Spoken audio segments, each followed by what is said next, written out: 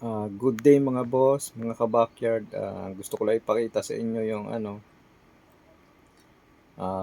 yung mga nanay at tatay ng mga magpipisa ko sa incubator. Yung mga Boston sweater combination. Yan. Karamihan kong breed, mga ganun lang. Sweater Boston. Tapos, meron din pala nakasalang na yellow-legged hatch, kaya lang hindi ko rito na ipakita sa video. Puro sweater Boston halos karamihan yung combination. Tingnan nyo na lang guys, panoorin nyo yung mga tatay at nanay, baka magustuhan nyo. Ito na guys. Ayan, good day mga boss, mga ka-backyard. Gusto ko lang ipakita sa inyo yung mga combination ng napipisa sa ating incubator. Ayan. Yan, ito yung ating winning line. Winning line na Boston. Yan. High station. Yan, ito po yung ginagamit natin ngayon. Mas marami siyang breeding ngayon na ito ang maraming cross na breeding ko ngayon kasi gawa ng ito ay medyo talagang pasok na pasok sa mga gusto ng ating ka-backyard dahil ito ay high station. Yan. Ito siya. Siya ang pinakamarami kong breed. Ngayon. Yan. Tapos ito. Yan. Ito yung babae na kapares niya, ito ay golden boy.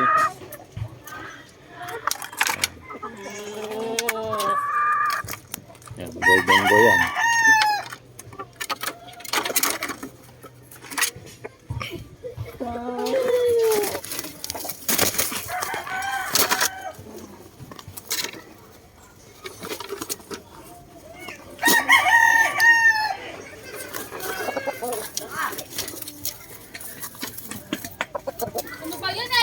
Yan, isa ito sa mga mapipisa ngayong yung mga nakasalang sa incubator. Yan, golden boy Boston.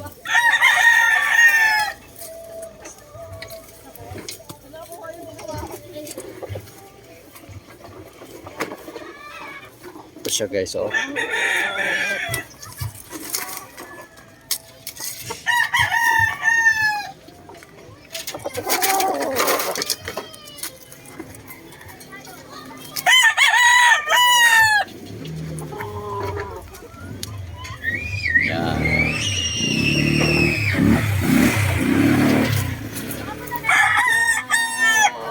Tapos itong lemon natin,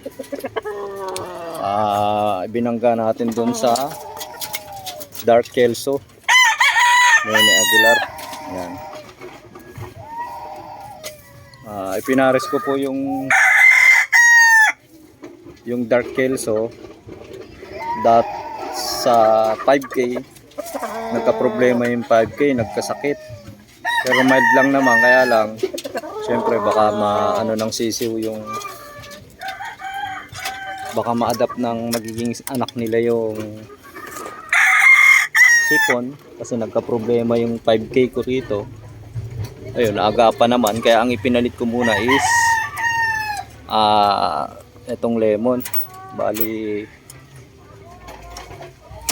para may similya lang na tuloy-tuloy. Yan, ito yung Kelso Nene Aguilar.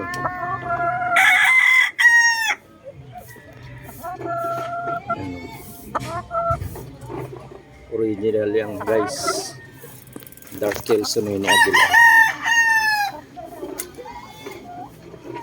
Ay, may itlog rin siya dun, eh. Kaya lang yung isa doon tsaka yung maliit, pang ano lang yan, pampa ano lang, para may makita lang siya na itlog. Pero isa ron kanya yan. Tapos kinukuha ko salang. Kaya nilalagay ko na sa rep para makaipon pa tayo. Yan, ayun yung 5K guys. Ito. Yan, masigla na siya. Saglit lang naman siya nagkasakit. Kuha agad ng isang inuman. Yan.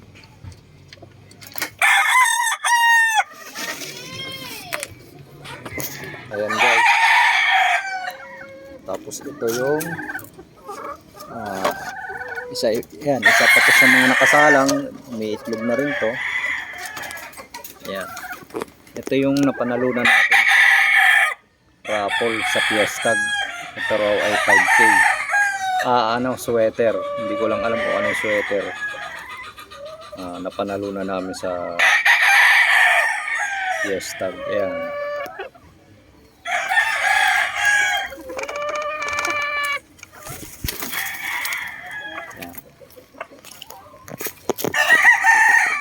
Ito guys, nakabangga rin siya rito sa Boston na old lines.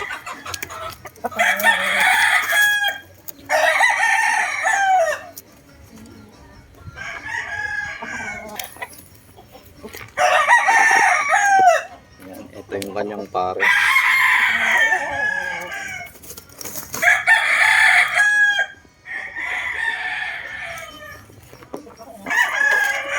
Hindi na tayo lumayo sa combination ng mga iba kasi yun naman yung mga nagninik ng sweater Boston. Yan. Tapos ito yung Tornado Hatch. Yan, ganda ng mata niya, pulang-pula. Yan, kaibigan ko. Ito ay binili ng kaibigan ko. Grabe lumaruto, kaya binubrood ko rin siya. Tapos ito yung kanyang kapares. Ayan, ang laking inahin ito. Kasi medium lang yung nilalabas ng Tornado, kaya binangga ko dun sa malaking inahin. Ayan. Sobrang laking inahin, heavy bone. Yan, isa to sa maraming mapipisa. Ayan. Ito ay two-way cross. Bali 3-way ang kakalabasan yan. May cross din ito ng Boston, kaya lang 3-way na siya. Ayan. Yan ang kapares na mga guys.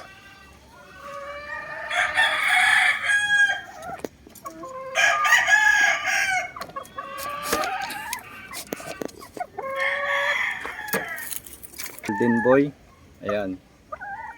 Papares ko to sa Golden Boy din na para straight breed siya, pang material mga guys. Ayan.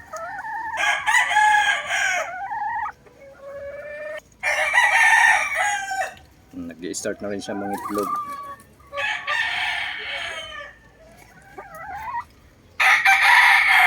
Ayan. Ito guys, direct to nabili nung kaibigan ko sa kay Atty. John Mendoza. Ayan. Authentic talaga to guys. Ayan. Authentic yan, Golden Boy. Ayan, babangga ko rin siya sa Golden Boy para pang material yung mga kalabasan.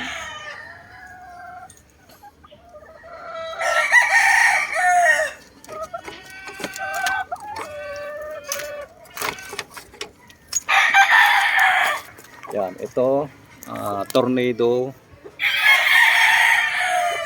Ayan, Tornado Hatch over Boston. Ayan. Green-legged to, two-way cross to. Ibabangga ko siya sa Boston para 3/4, 1/4 ang kanyang kapares. Ayan. Napakalaking Boston, ang lakas nito. Kaya lang super high station na. Kaya yung mga maliliit na inahin yung binabangga ko sa kanya. Ang pogi niya. Mata pulang-pula. Yan.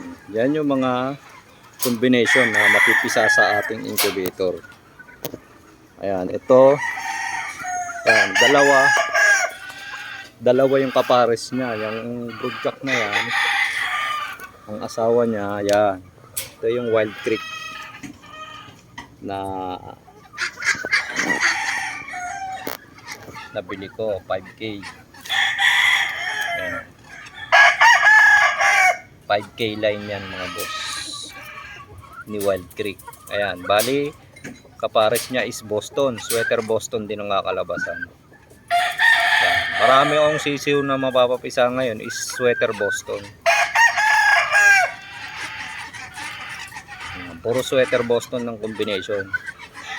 Kasi yun naman ang combination ng mga kilalang breeder. Yun na lang sundin natin, wag na tayo mag-invento para hindi tayo lumayo sa sa maayos na combination. Ayun lamang guys, dito ko na lang tatapusin ang aking video. Kung nagustuhan niyo ang aking video, paki-share, like and subscribe po sa aking channel para lumago pa po ang aking channel.